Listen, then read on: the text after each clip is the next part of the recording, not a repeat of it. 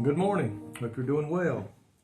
What a wonderful day it is to be a child of the Lord, and so wonderful to know that regardless of what today brings, we know the one that is in control, the one that knows everything about today and about what we need and what tomorrow may bring.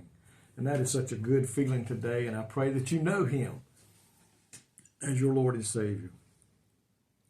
We've got a thing here about the blessing of giving. And you know, people get all uptight when a preacher or a church starts talking about giving. Oh, here he comes again on tithing, needing money. Listen, if a preacher preaches to you about giving and honoring God's word and tithing, he's trying to get you a blessing. A lot of people don't realize the blessings that come with giving to God, and not only in wealth, but in time and whatever our ability to do things may be.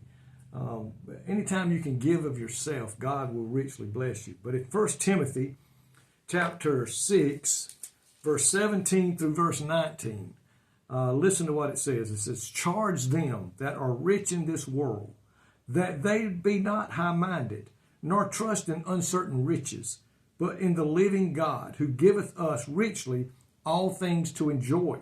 That they do good, that they be rich in good works, ready to distribute, willing to communicate, laying up in store for themselves a good foundation against the times to come, that they may lay hold on eternal life." Think about that. So they may lay hold on eternal life.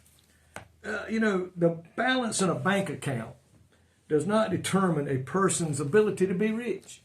It does not towards God.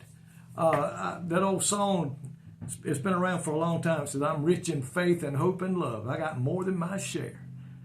I'll be moving to a mansion that's over in glory, for I'm a rightful heir." Oh, I'm rich in so many ways, not necessarily money in a bank account, not necessarily money that may be in my pocket, but I am richly blessed and highly favored, as the people in the Bible would say sometimes, because of who God is and the way God helps me so much. Those who are good stewards in God's economy makes investments in eternity by sharing our earthly resources. Think about that today. We lay up our treasures in heaven by what we do here on earth.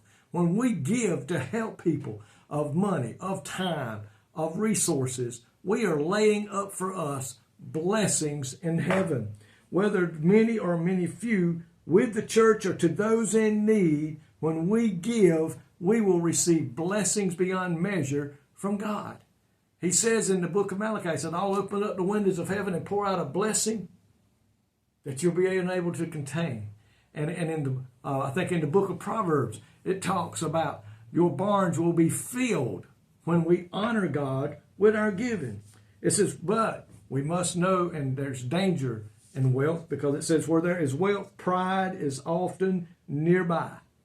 People get prideful of, look at me, look at what I've accomplished, like the young rich ruler. When he had so much, he had to build bigger barns. Look what I've accomplished. I will build me big barns. When he gave God he didn't give God any glory for what he had done.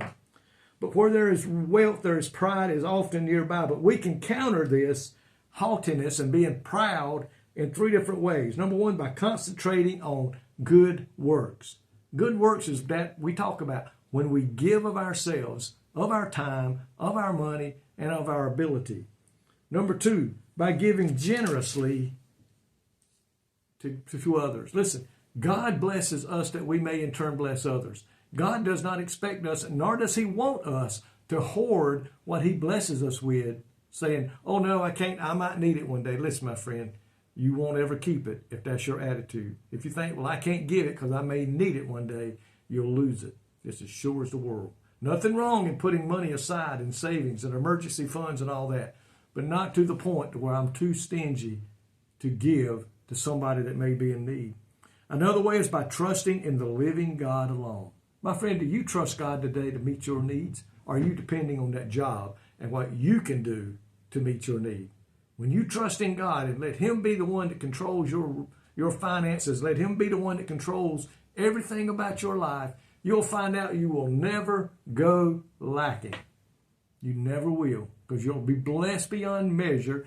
I know from a fact in my life that is the truth. And I pray today that is where your trust lies, is in the living God. Thank you today, Lord, for the many promises that you give us, that you said, I'll meet your needs. I'll supply your needs. I know what you have need of before you ask.